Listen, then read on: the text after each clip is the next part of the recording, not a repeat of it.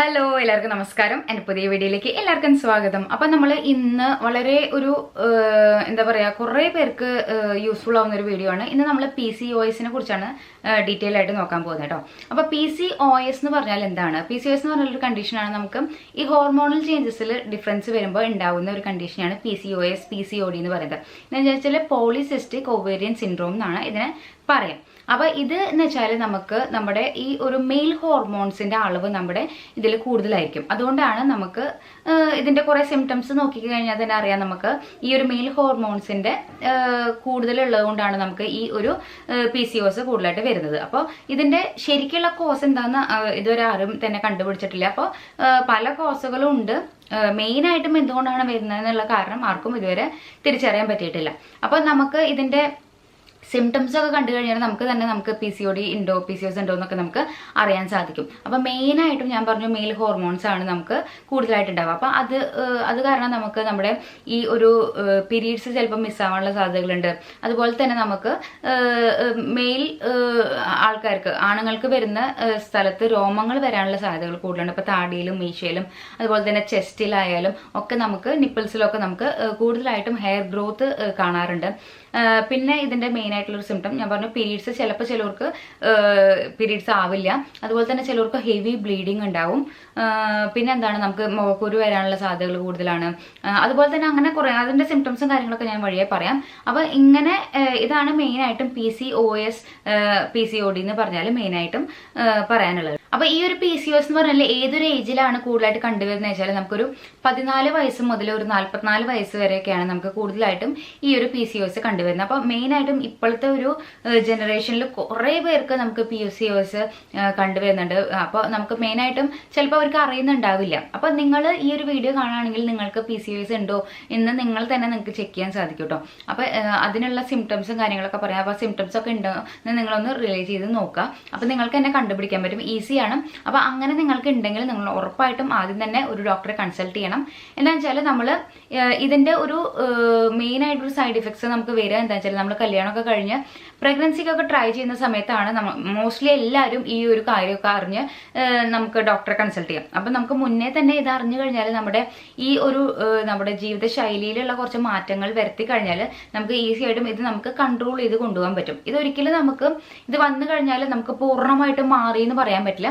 അപ്പം നമുക്ക് ഇത് ഒരു എന്താ പറയുക, ഇപ്പോൾ ഒരു ഷുഗർ വന്നു കഴിഞ്ഞാൽ, കൊളസ്ട്രോൾ വന്നു കഴിഞ്ഞാൽ എങ്ങനെയാണ് നമ്മൾ അത് എപ്പോഴും കുറഞ്ഞു എന്ന് പറയാൻ പറ്റില്ല, നമുക്ക് ഫുള്ളായിട്ട് മാറി എന്ന് പറയാൻ പറ്റില്ല. അപ്പം നമുക്ക് അത് നമ്മളൊരു മെയിൻറ്റെയിൻ ചെയ്ത് കൊണ്ടുപോവാണ് നമുക്ക് ഈ ഒരു PCOS നമ്മൾ ചെയ്യുന്നത്. അപ്പോൾ വീഡിയോ ഫുള്ളായിട്ട് കാണാം. അതുപോലെ തന്നെ സബ്സ്ക്രൈബ് ചെയ്യാത്തവർ സബ്സ്ക്രൈബ് ചെയ്യാം. അപ്പോൾ ഇതുപോലുള്ള വീഡിയോസിൻ്റെ ഒക്കെ നോട്ടിഫിക്കേഷൻ നിങ്ങൾക്ക് വരുന്നതാണ് കേട്ടോ. ഈ ഒരു PCOS എന്ന് പറഞ്ഞാൽ 27% വുമൻസിലും ഇപ്പൊ കണ്ടുവരുന്നുണ്ട്.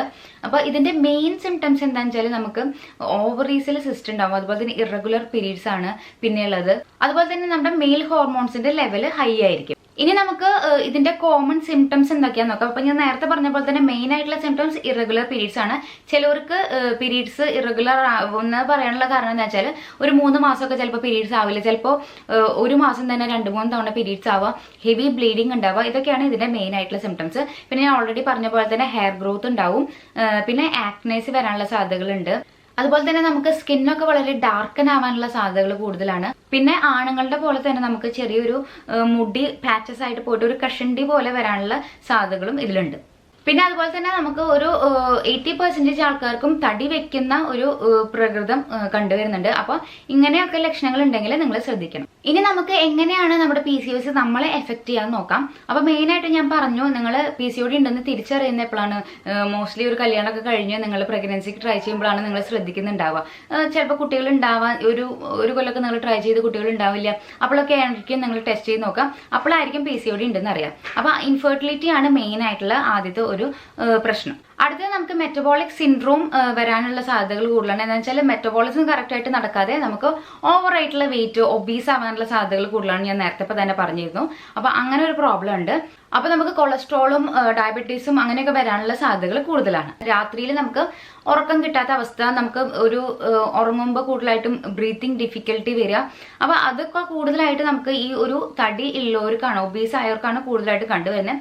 ഇനി ഈ ഒരു PCOD എല്ലാവർക്കും ഒബീസ് ആവണമെന്നൊന്നുമില്ല കേട്ടോ, ചിലർ തിന്നായിട്ടും ഇരിക്കും. മെലിഞ്ഞവർക്കും PCOD കണ്ടുവരുന്നുണ്ട്. അതുകൊണ്ട് നിങ്ങൾ എല്ലാ ലക്ഷണങ്ങളും കമ്പയർ ചെയ്ത് നോക്കണം. അതുപോലെ തന്നെ നമുക്ക് ഇങ്ങനെ ഓരോ സിംറ്റംസ് കാണിക്കുമ്പോൾ നമുക്ക് കൂടുതലായിട്ടും ഡിപ്രഷൻ വരാനുള്ള സാധ്യതകളുണ്ട്. എന്ന് വെച്ചാൽ കൂടുതലായിട്ട് നമുക്ക് ഹെയർ ഗ്രോത്ത് വരുമ്പോഴൊക്കെ നമുക്ക് കൂടുതലായിട്ടും, അതുപോലെ തന്നെ നമ്മുടെ മൂഡ് സ്വിങ്സ് ഇതിലൊരു പ്രധാനപ്പെട്ട ഒരു കാര്യമാണ്. ഹോർമോണൽ ചേഞ്ചസ് ഉണ്ടാകുമ്പോൾ നമുക്ക് മൂഡ് സ്വിങ്സ് ഉണ്ടാകാനുള്ള സാധ്യതകൾ കൂടുതലാണ്. അങ്ങനെയൊക്കെ വരുമ്പോൾ നമുക്ക് ഡിപ്രഷൻ വരാനുള്ള സാധ്യതകൾ ഇതിൽ കൂടുതലാണ്.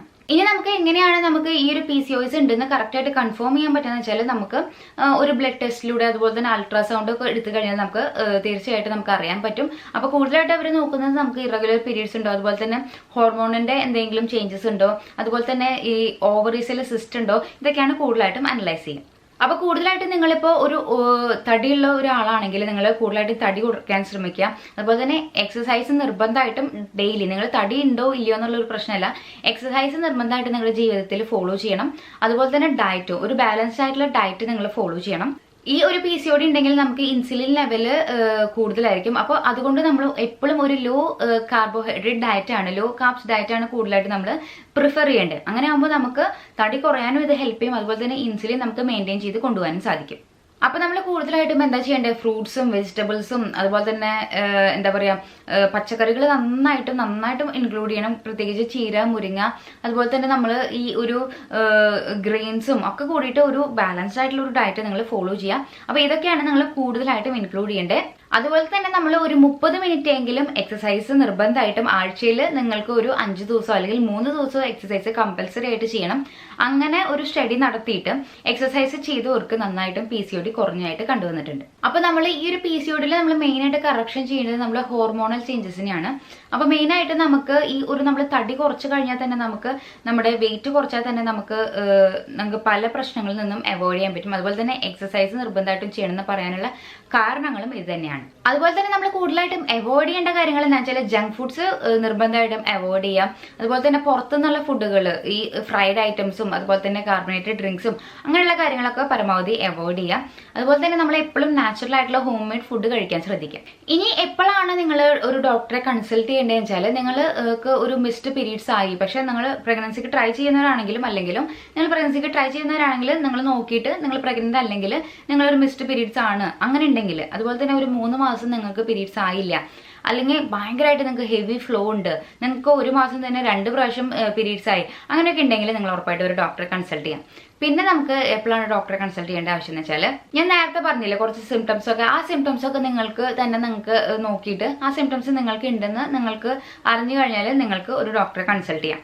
അതുപോലെ തന്നെ ഡയബറ്റീസിന്റെ സിംറ്റംസ് ഒക്കെ ഉണ്ടെങ്കിൽ നമുക്ക് കൂടുതലായിട്ടും എന്താ പറയുക വെള്ളം ദാഹമുണ്ട്, അതുപോലെ തന്നെ പെട്ടെന്ന് നമുക്കൊരു വെയിറ്റ് ലോസ് ഉണ്ടായി, നമുക്ക് എന്താ പറയുക കണ്ണ് ഒരു ബ്ലർഡ് വിഷൻ പോലെയൊക്കെ ഉണ്ടായി, അങ്ങനെയൊക്കെ നിങ്ങൾക്ക് സിംറ്റംസ് കാണിക്കുന്നുണ്ടെങ്കിൽ നിങ്ങൾക്ക് ഡോക്ടറെ കൺസൾട്ട് ചെയ്യാം. ഇനി നമുക്ക് നെക്സ്റ്റ് പ്രഗ്നൻസിയിലാണ് മെയിനായിട്ടും PCOS ഉള്ള നമുക്കൊരു പ്രശ്നം വരുന്നത്. അപ്പോൾ അതിൻ്റെ ഒരു ഡീറ്റെയിൽ ആയിട്ടൊരു വീഡിയോ ഞാൻ ചെയ്യുന്നുണ്ട് ഉടൻ തന്നെ, അല്ലെങ്കിൽ നമ്മുടെ വീഡിയോ കുറച്ചൊരു ലോങ് ആയി പോകും. അപ്പോൾ നെക്സ്റ്റ് ടോപ്പിക്ക് വന്നിട്ട് നമുക്ക് PCOD ആൻഡ് പ്രഗ്നൻസി ആണ്.